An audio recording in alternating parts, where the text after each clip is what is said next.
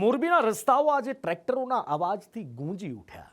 ટંકારાથી શરૂ થયેલી આ ટ્રેક્ટર રેલીમાં એક બે નહીં 300 ટ્રેક્ટર જોડાયા. ખેડૂતોનો આક્રોશ સાતમા આસમાને હતો. ખેડૂત આરોપ લગાવી રહ્યા છે કે એમની જમીન પરથી પાવર લાઇન પસાર કરી કંપનીઓ કરોડો કમાઈ રહી છે અને ધરતીપુત્રોને વળતરના નામે માત્ર આશ્વાસન મળી રહ્યા છે.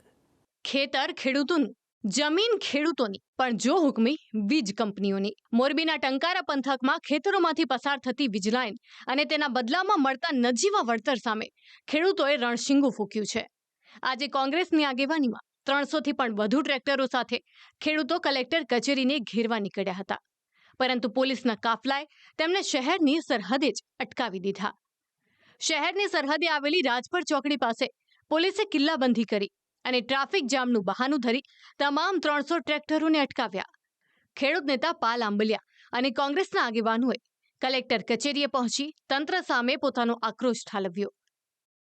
ક્યાંક ને ક્યાંક ચીઠીના ચાકર હોય અને એની પાસે માત્ર કોઈ જવાબ ન હોય, મૌન સિવાય રહેવા સિવાય એની પાસે કોઈ વિકલ્પ જ ના હોય. જાણે લાચાર હોય ને, કલેક્ટર નહીં, ક્ષમાહર્તા નહીં, માત્ર લાચાર હોય અને સામેવાળા ખાલી પ્રશ્નો પૂછ્યા રાખે અને આમને ખાલી આમને આમ બેઠું રહેવાનું.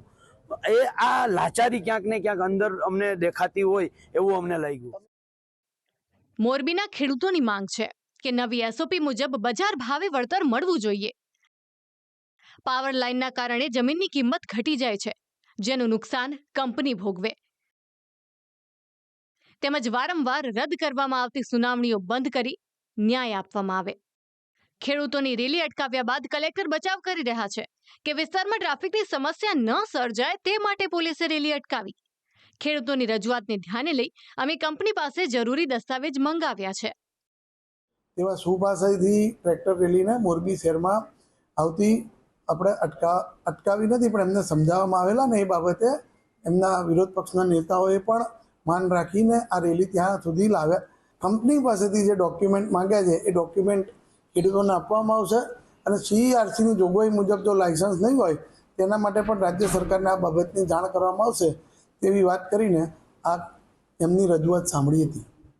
જો કે હાલ રોષે ભરાયેલા ખેડૂતોએ ચીમકી ઉચ્ચારી છે કે અમારો અવાજ દબાવશો તો આંદોલન વધુ ઉગ્ર બનશે.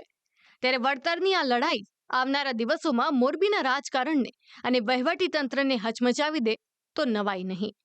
બ્યુરો રિપોર્ટ, સંદેશ ન્યૂઝ.